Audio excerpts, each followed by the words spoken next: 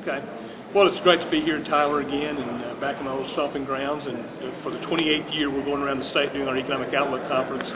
And we'll talk a lot today about what's going on in Europe and the Middle East and some other places. But when you boil it down to East Texas and the Tyler area, the economy's seeing some real positive signs. We've seen some nice comeback from the recession. Retail sales are very strong right now.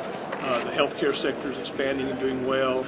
A number of manufacturing companies are expanding. Some other important job retention efforts have occurred the past year.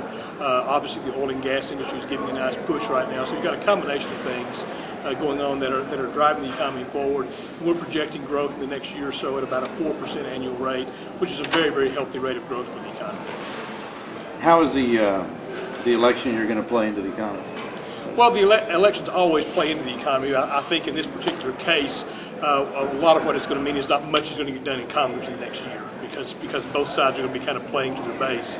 And then so we're likely to have a situation where you don't see a great deal of new activity going on over the next year or so. So it'll have that type of impact, of course. It will help frame some of the issues for people and that sort of thing.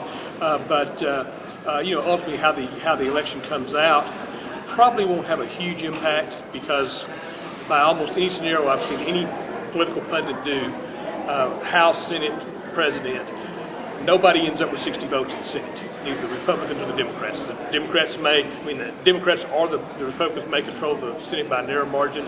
Republicans probably continue to control the House with probably a little bit smaller margin. Presidency could go either way depending on a lot of dynamics.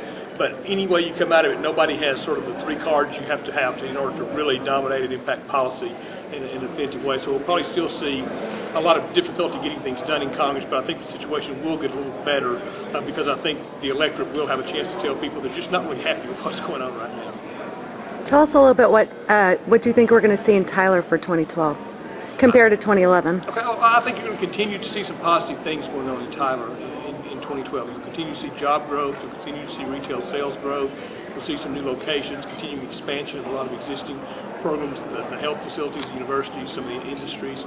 So I think you'll see 2012 be a good solid year for Tyler. I've read several places recently that jobs are kind of the last thing to recover in terms of the various portions of the economy after the recession. What are your thoughts on that? That's exactly right. The question whether jobs the last thing to recover, they typically are because if you stop and think about it, if you're a businessman making decisions, one of the most expensive things you do is hire people. You have to train them, you provide them benefits, and so you don't do that until you're very, very sure things are going well. Because typically during a recession, you still have an opportunity, your existing people maybe give them some overtime or more hours to work, that sort of thing. And so there's an opportunity to do things before you hire people. And so consequently, it is usually the last thing to come back. It's a lagging indicator. We're fortunate here in Texas. You've had positive job growth here in Texas and right here in Tyler over the last year or so. And Texas has already gained back the jobs we've lost in the recession, but the nation's only gotten back about 20% of those. College students graduating this spring, what should they expect from the economy? The students graduating this spring are going to find a better job market than they found in the past couple of years, but it's still going to be fairly difficult. There are a lot of areas that are in high demand. Some of the engineering fields are in high demand right now. Some of the health-related fields, computer-oriented fields are in high demand right now.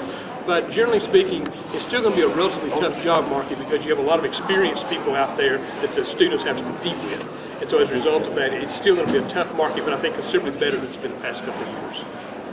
You know, there was a report out this morning about seasonal unemployment claims. Right, exactly.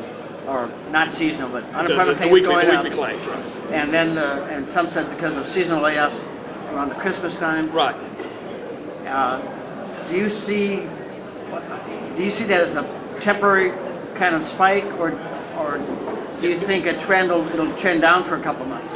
Good question. There was a spike this morning in weekly claims for unemployment, which is about the only weekly economic data we get. And the primary reason for that is, of course, people get hired in the Christmas season, they're laid off after the Christmas season, so they go apply for a job.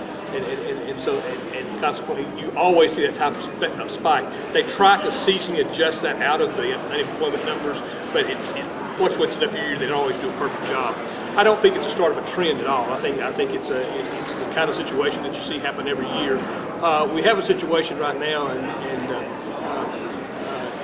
you're in the industry, you certainly know this, where when you combine the internet and 24-hour news and all those kinds of things, people have a lot of time to fill talking about these things right now. And consequently, an individual statistic is exaggerated. 1 week's claims of unemployment don't change the economy fundamentally. One uptick of a tenth or downtick of a tenth in an interest rate or the unemployment rate doesn't fundamentally change the economy. But those things, they dominate the news cycle for a day. And on the economic stations and economic websites and that sort of thing. So at this point, I wouldn't put a lot of stock in that being any kind of indicator. What we're seeing generally right now is the hiring situation improving. So still not as much as we needed to. We're still a long way away from getting back those 9 million jobs the U.S. economy lost. We're a long way from that. But and our growth is just beginning to get to the point that you see some fairly significant hiring. But the overall employment picture is looking pretty good going forward. What's the biggest advantage you think that Tyler, Longview, and Texas as a whole has over the rest of the country as far as Well, economy? there are a number of advantages that the area has. The cost structure is favorable. The location is very good. The climate's good. Infrastructure is generally good.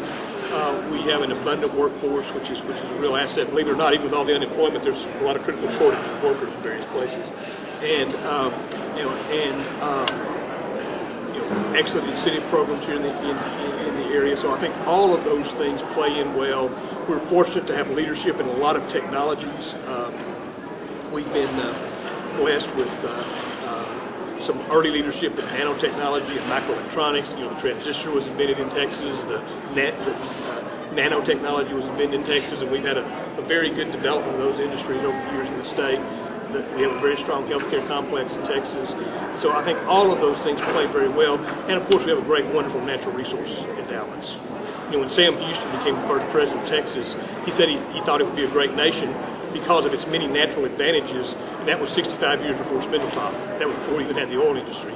And the oil industry has certainly been a big boost to Texas for many years, and it looks like it will continue to be for the foreseeable future.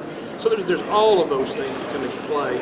Here in the East Texas area, you're fortunate, again, wonderful climate, wonderful quality of life situation, good educational facilities, excellent health care, biomedical complex, major play in the energy sector. So there's a lot of positive things going on here. Other advantages, Texas has a very, and you certainly see it here, a very, very strong system of local, strong, community-owned, local regional banks. And that are very healthy, that are very prudent in their lending practices, and so there's a very healthy internal financial system in Texas, and that's been a big advantage, certainly as we've gone through the mess we've gone through the last 2 or 3 years.